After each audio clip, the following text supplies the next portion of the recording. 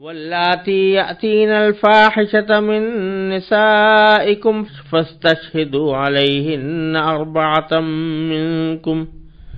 فإن شهدوا فأمسكوهن في البيوت حتى يتوفاهن الموت أو يجعل الله لهن سبيلا واللذان يأتيانها منكم فآذوهما فإن تابا وأصلحا فأعرضوا عنهما إن الله كان توابا رحيما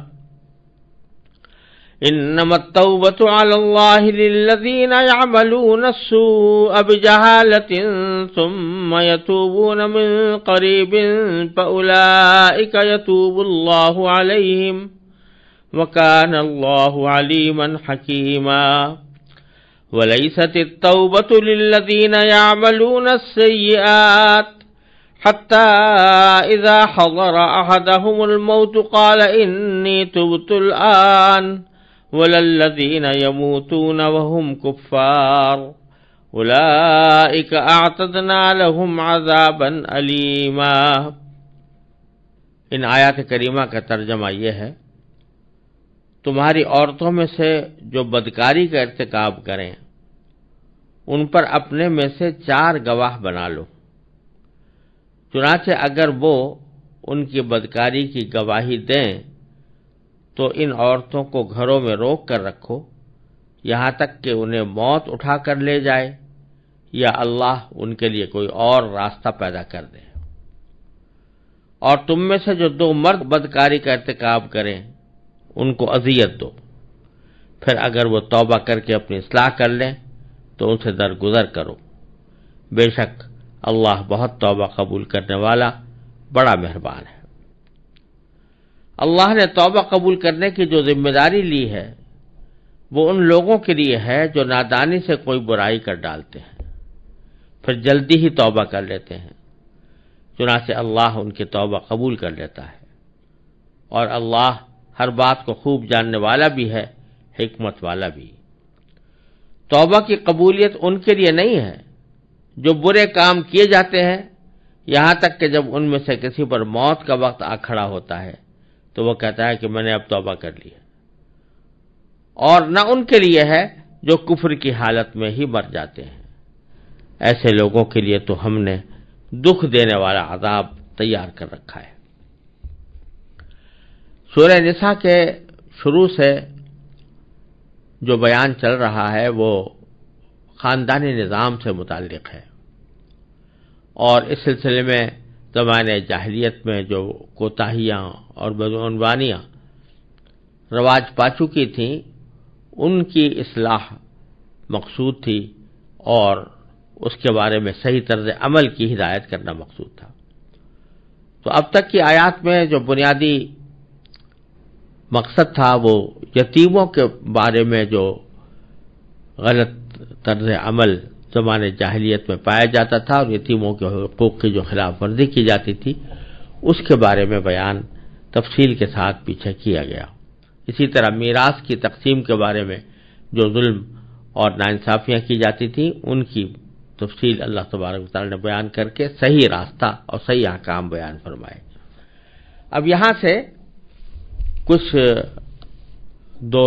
تقریباً 2 رکوع کی مقدار تک اللہ تبارک و تعالی نے معاشرے میں پھیلی ہوئی بے حیائی کے سے متعلق کچھ احکام دیے ہیں، اور بے حیائی کے اسباب کو بھی ختم کرنے کی کوشش فرمائی ہے، اور ساتھ ساتھ بے حیائی کے جرائم کے ارتکاب پر کیا سزائیں دینی چاہیے ان کا بھی بیان ہوا ہے۔ لیکن یہ سمجھ لینا چاہیے کہ یہ بالکل ابتدائی دور کی بات ہے۔ شروع میں جب نبی کریم صلی اللہ علیہ وسلم مدینہ منورہ تشریف لائے تو اس وقت آپ نے بنیادی طور پر جن باتوں کی طرف توجہ دی ان میں خاندانی نظام کی اصلاح کا بھی ایک بہت بڑا حصہ تھا، لیکن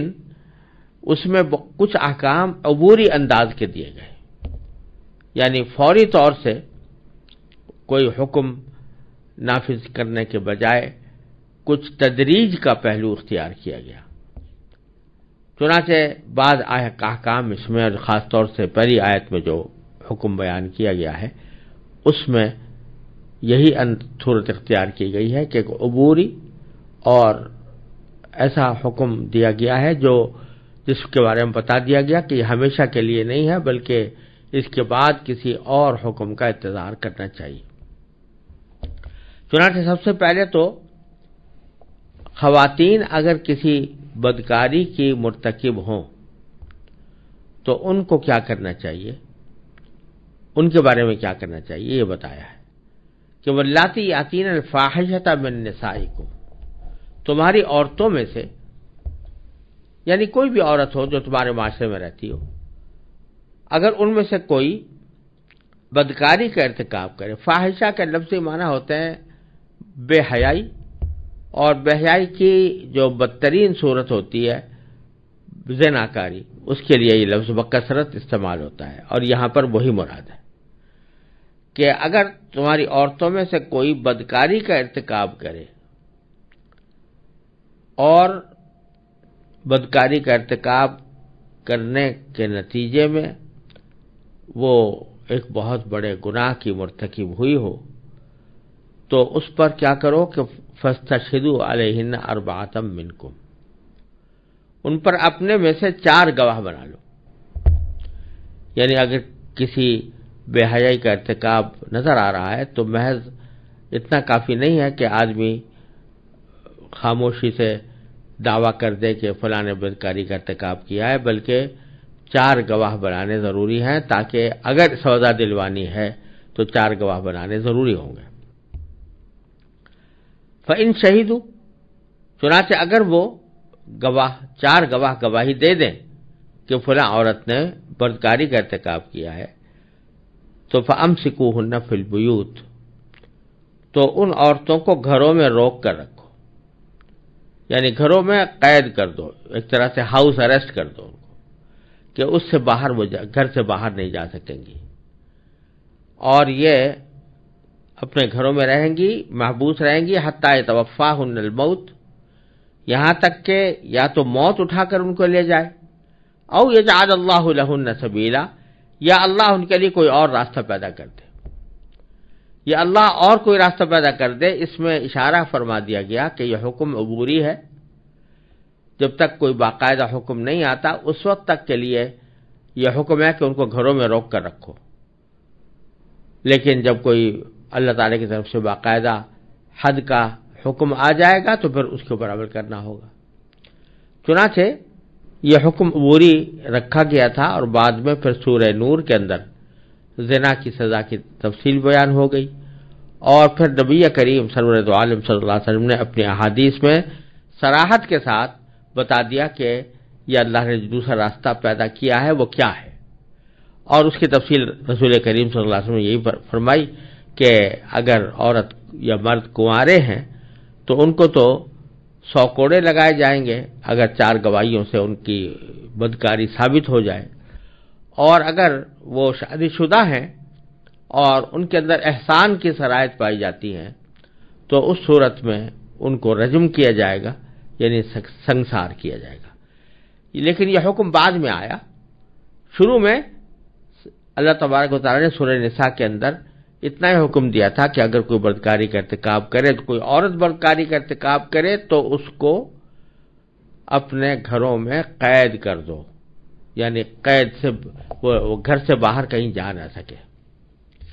یہ گھر سے باہر نہ جانے میں ایک پہلو تو اس کی سزا کا تھا کہ اس نے جو جرم کیا اس کی سزا کے طور پر اس کو گھر میں قید کیا جائے، اور دوسرا پہلو یہ تھا کہ جب اس عورت کے اندر ایک بری خصلت پیدا ہو گئی ہے تو یہ باہر نکل کر معاشرے میں کوئی فساد نہ پھیلائے اور دوسری عورتوں کو بھی اس بیماری میں مبتلا نہ کرے۔ لیکن یہ حکم عارضی تھا، اور بالآخر پھر وہی حکم سورہ نور میں اور نبی کریم صلی اللہ علیہ وسلم نے حضرت عبادہ بن صامت رضی اللہ تعالیٰ عنہ کی حدیث میں بیان فرما دیا کہ اب اللہ نے یہ راستہ پیدا کر دیا ہے کہ غیر شادی شدہ کو کوڑے 100 لگا کر چھوڑ دیا جائے گا، اور شادی شدہ محسن کو رجم کیا جائے گا۔ یہاں ایک بات یہ بھی سمجھنے کی ہے کہ شروع میں یہ عبوری حکم دینے کی شروع ہی میں ایک دم سے 100 کوڑے کا حکم یا رجم کا حکم کیوں نازل نہیں کر دیا گیا، بلکہ یہ تدریج کا پہلو کیوں اختیار کیا گیا؟ بظاہر اس کی حکمت یہ معلوم ہوتی ہے کہ عرب کا وہ معاشرہ جس میں رسول کریم صلی اللہ علیہ وسلم تشریف لائے اور مدینہ منورہ کی وہ ریاست جو آپ نے قائم فرمائی، اس میں لوگ ابھی اتنی سخت سزاؤں کے شاید متحمل نہ ہوتے۔ اس واسطے اس سخت سزاؤں سے پہلے ایک عبوری مرحلہ ایسا رکھ دیا گیا کہ سزا تو مل جائے اور لوگوں کو پتہ چل جائے کہ یہ بہت برا کام ہے، لیکن جہاں تک تعلق ہے اس کی شدید ترین سزا کا، اس کو تھوڑے عرصے مؤخر کیا جائے، شاید یہ حکمت ہوگی۔ کیونکہ عرب معاشرہ ایسا تھا کہ جس میں چند برائیاں بالکل برسر عام ہوتی تھیں اور ان کو بعض اوقات مایہ فخر بھی سمجھا جاتا تھا۔ مثلا لڑائی جھگڑے، قتل و غارت گری، یہ تو ان کا روزمرہ کا معمول تھا ہی اور اس پر فخر بھی کرتے تھے۔ اسی طرح یہ بدکاری کا گناہ بھی ایسا تھا کہ اس کے اوپر بھی بعض اوقات فخر کرتے۔ شاعر لوگ اپنے قصیدوں میں فخریہ بیان کرتے تھے کہ ہم نے معاذ اللہ زنا کا ارتکاب کیا۔ تو اس وجہ سے اس کی چونکہ برائی بہت پھیلی ہوئی تھی اور برائی کا چلن بہت زیادہ تھا اور اس کی کراہت اتنی زیادہ دلوں میں نہیں تھی، اس واسطے اگر فوراً حکم آ جاتا کہ سنسار کر دیا جائے یا 100 کوڑے لگائے جائیں تو شاید اس کو قبول کرنے اور اس کو ہضم کرنے میں دشواری ہوتی۔ تو اس واسطے اللہ تبارک و تعالی نے پہلے قدم پر یہ حکم دیا کہ ان کو گھروں میں قید کر لو یہاں تک کہ ان کو موت آ جائے۔ اسی طرح مرد نے اگر کوئی زنا کا ارتکاب کیا ہو تو اس کی اگلی آیت میں واللذان یاتیانھا منکم فآذوہما، اس میں بیان ہوا ہے وہ مرد جنہوں نے اس بے حیائی کا ارتکاب کیا ہو تم میں سے تو ان کو اذیت دو۔ اس وقت صرف اتنی بات کہہ دی گئی کہ اذیت دو، تکلیف پہنچاؤ۔ تکلیف پہنچانے کی کیفیت اس جگہ اللہ تعالی نے بیان نہیں فرمائی، یہ بھی اسی تدریج کا حصہ تھا اور اس تدریج کے مطابق یہ فرمایا گیا کہ جب مرد و عورت مل کر کوئی گناہ کر لیں، زنا کر لیں، تو پھر ان کو اذیت دو۔ عورتوں کے بارے میں تو پہلے کہا گیا تھا کہ ان کو گھروں میں قید کر دو، مردوں کو گھروں میں قید کرنا تو مشکل ہے، لہذا ان کو اذیت دینے کا حکم دیا گیا کہ اذیت دو۔ اذیت کیا دو؟ مار پٹائی بھی اس میں داخل ہے اور قید کرنا بھی داخل ہے۔ حاصل اس کا یہ ہے کہ حاکم اپنے ثوابدید کے مطابق کوئی سزا دے۔ اور اس آیت کی ایک تفسیر بعض مفسرین نے اس طرح بھی کی ہے کہ یہاں پر مراد واللذان یاتیانھا سے میں مراد در حقیقت دو مردوں کا آپس میں بدکاری کرنا ہے، یعنی آپس میں خلاف فطرت ایک دوسرے کے ساتھ ہم جنسی کا عمل کرنا، اس کا ذکر ہے۔ یعنی اگر دو مرد آپس میں ارتکاب کریں معاذ اللہ اس بد مذاقی کا اور بد فطرتی کا کہ وہ آپس میں ایک دوسرے سے شہوت کی لذت اٹھائیں، تو ان کا ذکر ہے کہ اگر وہ بے حیائی کا ارتکاب کرتے ہیں فآذوہما، تو ان کو تکلیف پہنچاؤ۔ یہاں بھی وہی بات ہے کہ تکلیف پہنچانے کا ذکر تو فرما دیا گیا، لیکن تکلیف کس طرح پہنچاؤ، اذیت کس طرح پہنچاؤ، اس کا طریقہ کیا ہو، یہ بیان نہیں فرمایا۔ اور اس کا حاصل یہ ہے کہ حاکم کی ثوابدید پر چھوڑ دیا گیا ہے کہ جرم کی نوعیت کے لحاظ سے وہ تکلیف پہنچانے کا جو طریقہ مناسب سمجھے وہ اختیار کر سکتا ہے۔ اور بعض فقہاء کرام نے مختلف سزائیں بھی مقرر کی ہے کہ اسے کہیں اوپر سے نیچے گرا دیا جائے یا کسی بدبودار کمرے میں اس کو محبوس کر دیا جائے وغیرہ، لیکن حاصل ان کا یہی ہے کہ کوئی سزا قرآن و سنت کے لحاظ سے مقرر نہیں ہے، بلکہ ایک تعزیر ہے اور حاکم اپنے ثوابدید کے مطابق جو تکلیف پہنچانے کا طریقہ اختیار کرنا چاہے وہ کر سکتا ہے۔ آگے پھر فرمایا کہ فَإِن تَابَا وَأَصْلَحَا فَأَعْرِضُوا عَنْهُمَا، اگر یہ سزا مل گئی ان کو، عورتوں کو بھی مل گئی مردوں کو بھی مل گئی، اس کے بعد اگر یہ توبہ کریں اور اپنی اصلاح کر لیں، فَأَعْرِضُوا عَنْهُمَا، تو پھر ان سے درگزر کرو۔ یعنی معنی یہ ہے کہ جب ایک مرتبہ سزا ان کو دے دی گئی اور سزا بھی اچھی خاصی سخت دے دی گئی کہ عورت کو گھر میں قید کر دیا گیا، مرد کو تکلیف پہنچائی گئی، اب بعد میں انہوں نے توبہ کر لی کہ وہ آئندہ ہمیں ایسا گناہ کرنا نہیں ہے اور اپنی اصلاح بھی کر لی، تو پھر اب ان کو برا بھلا نہ کہا کرو کہ بھئی تم تو وہ تھے جنہوں نے یہ حرکت کی تھی، تم نے تو وہ تھے جنہوں نے بدکاری کا ارتکاب کیا تھا، اس کو یاد دلا کر اس کو برا بھلا کرنا، برا بھلا کہنا، طعن و تشنیع کرنا، یہ کسی طرح بھی مناسب نہیں ہے۔ جب ایک مرتبہ سزا ہو گئی اور سزا سے بڑھ کر انہوں نے خود توبہ کر لی اور اصلاح کر لی، تو پھر اب ان کو چھیڑنا اور ان کو برا بھلا کہنا یہ درست نہیں ہے۔ ان اللہ کان توابا رحیما، بے شک اللہ تعالیٰ بہت توبہ قبول کرنے والا ہے، بہت رحم کرنے والا، بہت مہربان ہے۔ چونکہ توبہ کا ذکر آ گیا تھا تو اللہ تبارک و تعالیٰ نے پھر توبہ کی کچھ شرائط بھی بیان فرما دی۔ کون سی توبہ ایسی ہوتی ہے جو قبول کرنے کے لائق ہے؟ فرمایا کہ توبہ ان لوگوں سے کی ہوتی ہے کہ جو نادانی میں کوئی کام کر گزرے، نادانی میں کوئی کام کر گزرے، اب اس کے بعد پھر ان کو ندامت ہوئی، شرمندگی ہوئی، اور پھر گناہ کرنے کے بعد جلد ہی وہ توبہ کی طرف متوجہ ہو گئے، تو ایسے لوگوں کا تو توبہ اللہ تعالیٰ ضرور قبول کرتا ہے۔ چنانچہ فرمایا کہ انما التوبۃ علی اللہ، اللہ نے توبہ قبول کرنے کی جو ذمہ داری لی ہے، للذین یعملون السوء بجہالہ، وہ ان لوگوں کے لیے ہے جو نادانی سے کوئی برائی کر ڈالتے ہیں، ثم یتوبون من قریب، پھر جلد ہی توبہ کر لیتے ہیں، فاولئک یتوب اللہ علیہم، چنانچہ اللہ ان کی توبہ قبول کر لیتا ہے، وکان اللہ علیما حکیما، اور اللہ ہر بات کو خوب جاننے والا بھی ہے، حکمت والا بھی۔ پھر آگے اس کا منفی پہلو بیان فرمایا، کون سی توبہ ہے جو قبول نہیں ہوتی؟ اس کا حاصل یہ ہے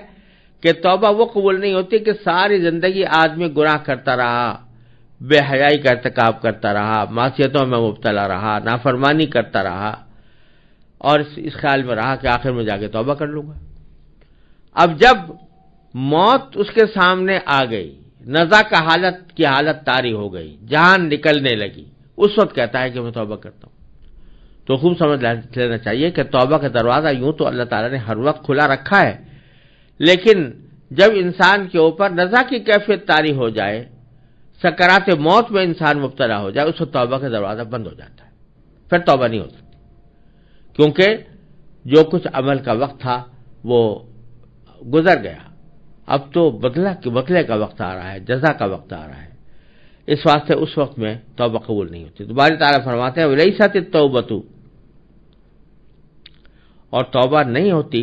لِلَّذِينَ يَعْمَلُونَ السَّيِّئَاتِ، ان لوگوں کی کہ جو برائی کا کام کرتے رہتے ہیں، حَتَّى إِذَا حَضَرَ أَحَدَهُمُ الْمَوْتُ، یہاں تک کہ جب ان میں سے کسی کے پاس موت آ بیٹھتی ہے یا چلی آتی ہے، موت کا وقت آ کھڑا ہوتا ہے، تو قال انی تبت الآن، تو وہ کہتا ہے کہ انی تبت الآن، اب میں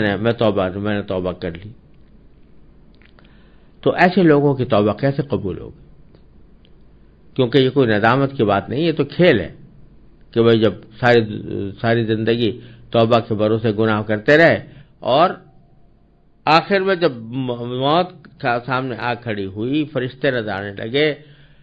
نزع کی حالت طاری ہو گئی، اس وقت آدمی کہے کہ میں توبہ کرتا ہوں، تو یہ توبہ جھوٹی توبہ ہے، یہ اللہ تعالیٰ کو منظور نہیں۔ وَلَلَّذِينَ يَمُوتُونَ وَهُمْ كُفَّارٌ، اور اسی طرح ان لوگوں کی توبہ بھی قبول نہیں ہوتی جن کا انتقال کفر کی حالت میں ہو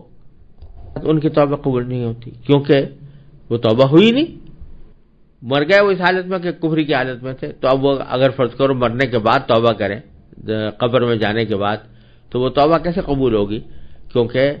دارالعمل کے اندر یہ توبہ نہیں ہوئی اور عمل کا سلسلہ ختم ہو چکا، اب یوم الجزا شروع ہو گیا ہے۔ اولئک اعتدنا لهم عذابا الیما، ایسے لوگ جن کی توبہ قبول نہیں ہوتی اور جن کا ذکر ابھی کیا گیا کہ یا تو کفر کی حالت میں مر گئے یا ساری زندگی گناہ کرنے کے بعد